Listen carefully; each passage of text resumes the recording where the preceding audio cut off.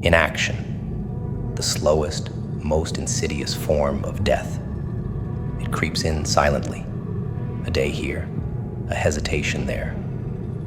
You tell yourself you'll act tomorrow, that there's time. But time is not your friend. Time is the knife slowly carving away at your potential, bleeding you dry while you sit, paralyzed, doing nothing.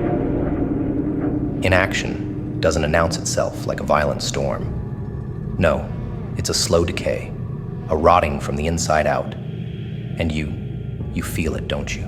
That gnawing emptiness, that quiet voice, whispering what you already know. You're dying, and not in some dramatic blaze of glory. You're dying in your own silence, your own stillness. There's something darker about inaction, more treacherous than failure. Because failure means you tried. You took a step, you swung the blade, and even if you missed, even if you fell, you were alive in the attempt. But inaction is the coward's choice, the fool's game. It's the decision to sit in the safety of your mind while the world moves forward without you. And every moment you spend doing nothing, every second you hesitate, the opportunities slip through your fingers like sand.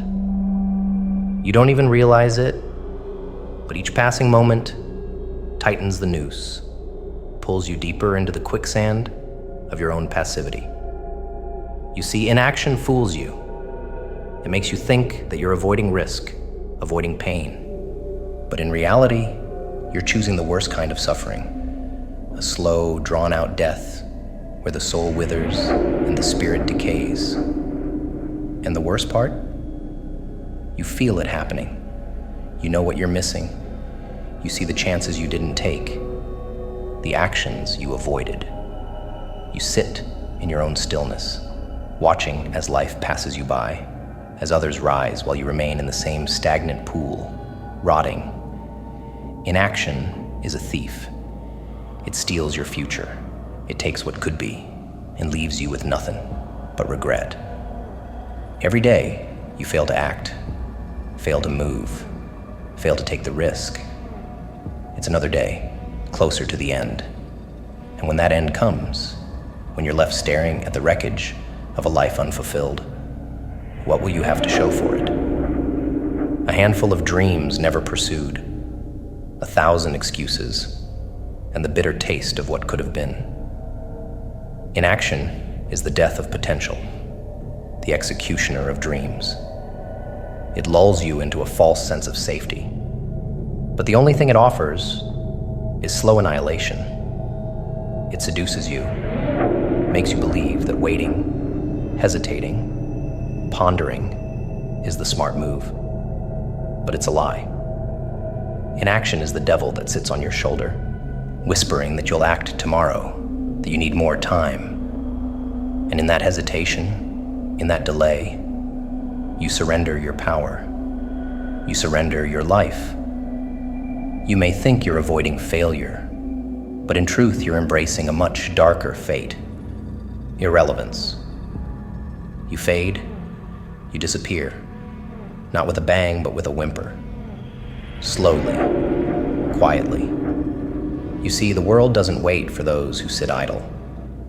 It's a brutal, unforgiving place, and inaction is the one sin it does not forgive. The opportunities you miss won't come again. The life you could have had slips further and further from your grasp, until one day you wake up and realize you're no longer even part of the game. You've been left behind, forgotten, irrelevant. And that is the cruelest death of all. Ah, the old saying, better to be a warrior in a garden than a gardener in a war. You know the truth in that, don't you? It's not just some pretty phrase to throw around for wisdom's sake. No, it's a brutal reflection of the world we live in, a world where peace is fleeting, fragile, and easily torn apart by the whims of those who wield true power.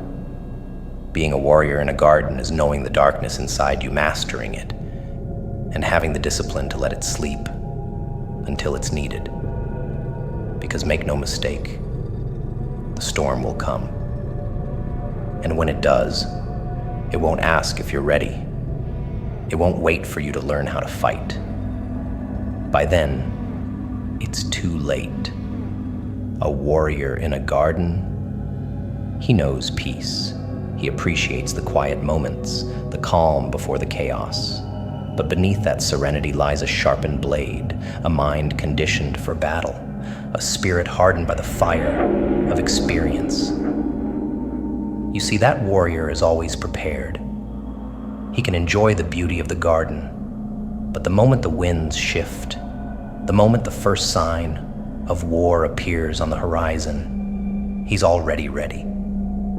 He doesn't have to scramble, doesn't have to panic, because he's lived in the darkness before. He is the darkness, merely resting, waiting for the right time to awaken. But a gardener in a war, that's the real tragedy, isn't it? A soft soul, unprepared, plucked from the safety of his peaceful little world and thrown into a battlefield that doesn't care about his tenderness, his innocence. He's out of place, defenseless, a lamb in a den of wolves.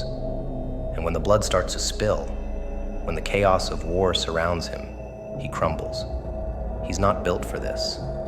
He's not ready to face the raw, unrelenting brutality of life at its most primal. The world is a battlefield, whether you choose to see it or not. And being a warrior in a garden means you're never fooled by the illusion of peace.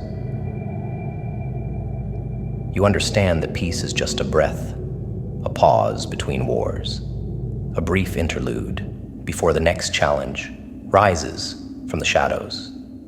So, you stay ready.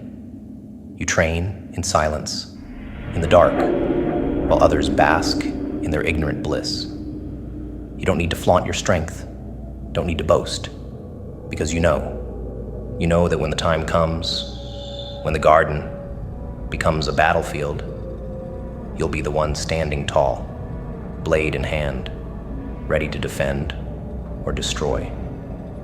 It's better to be a warrior in a garden than a gardener in a war, because power lies in preparedness. You can enjoy the calm, the beauty of life, but you don't get soft. You don't let your guard down, because you know how quickly the tides can turn. The gardener in a war, he's a victim, he's prey. He's the one who gets torn apart, broken by a world he was never ready to face. He lives in delusion, thinking the world is a place of perpetual peace and growth. But the warrior, he's lived in the war, and now, in the garden, he can rest, but he never forgets. The garden is a luxury, a momentary escape from the harshness of reality. But only a fool thinks the garden will protect him when war comes. The warrior knows better. The warrior never forgets that the real world is not gentle, not forgiving. It's brutal, unforgiving, and relentless. So when you're a warrior in a garden, you've already won. You've already mastered both worlds, the peace and the chaos. You can cultivate life. You can appreciate beauty.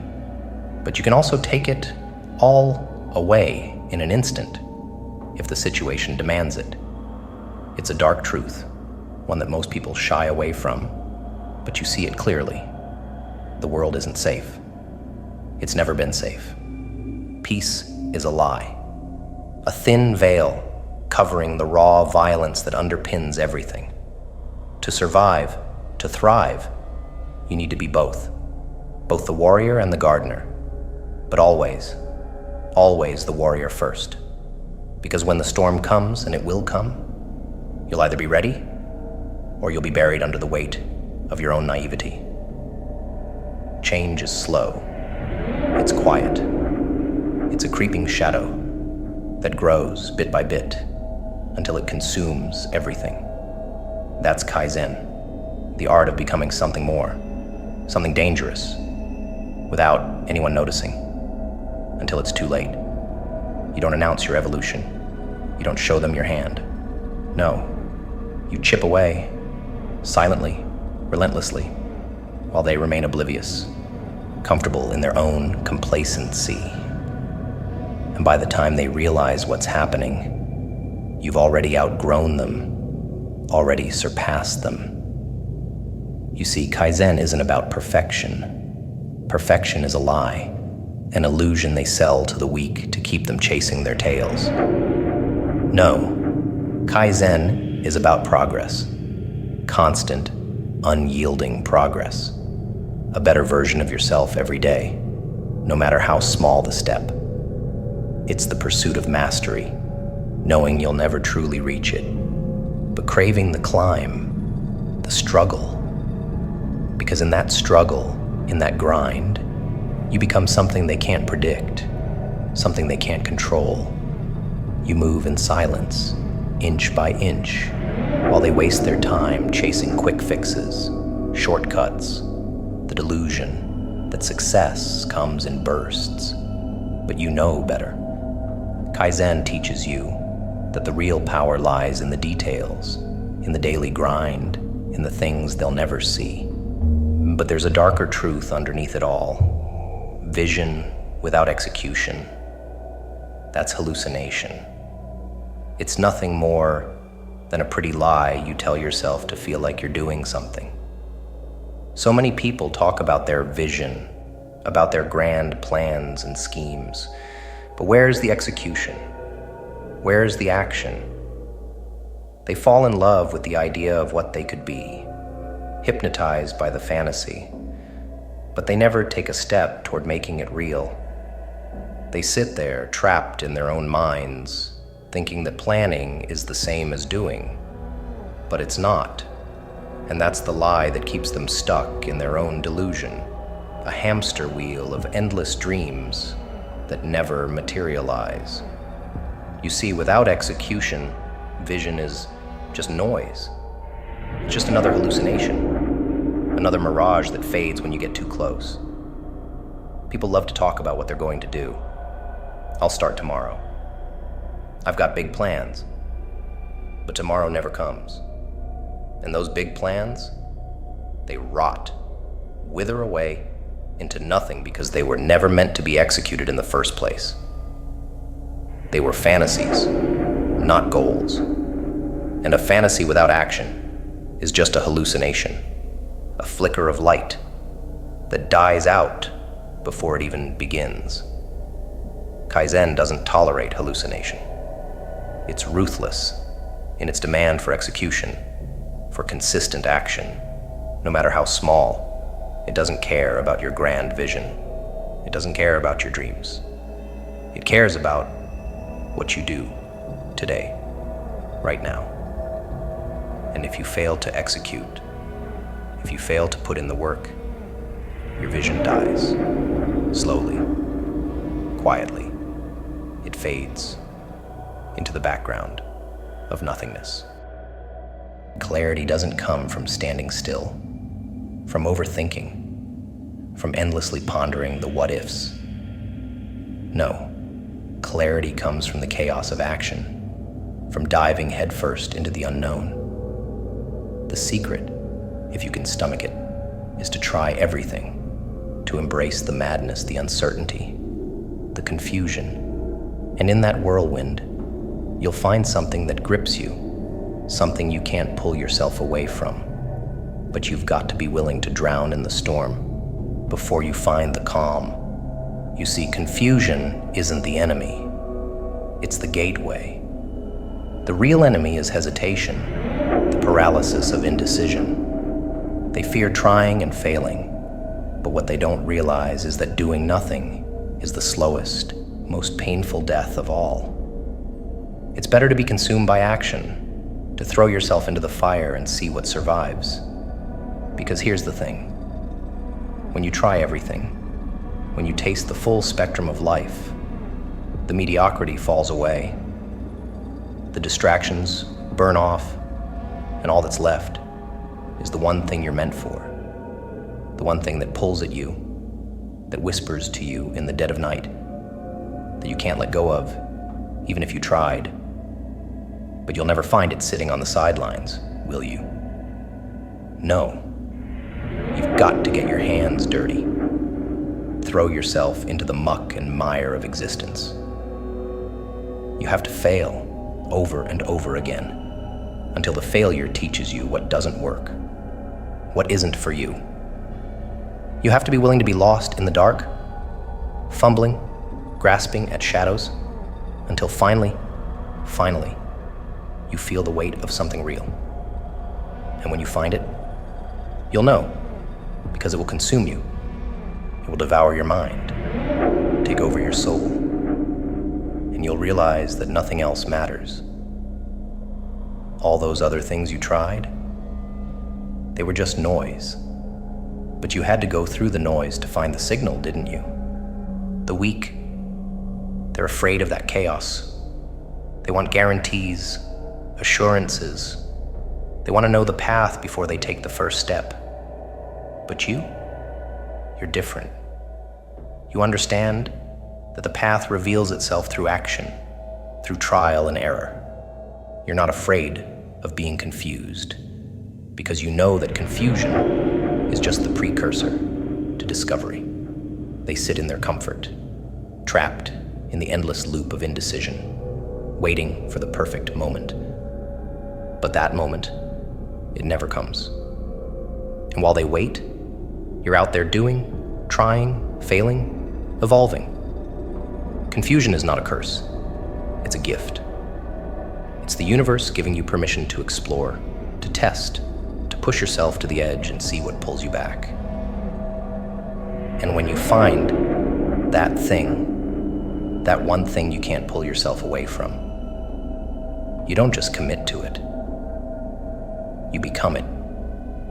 It consumes you, shapes you, transforms you into something they can't understand.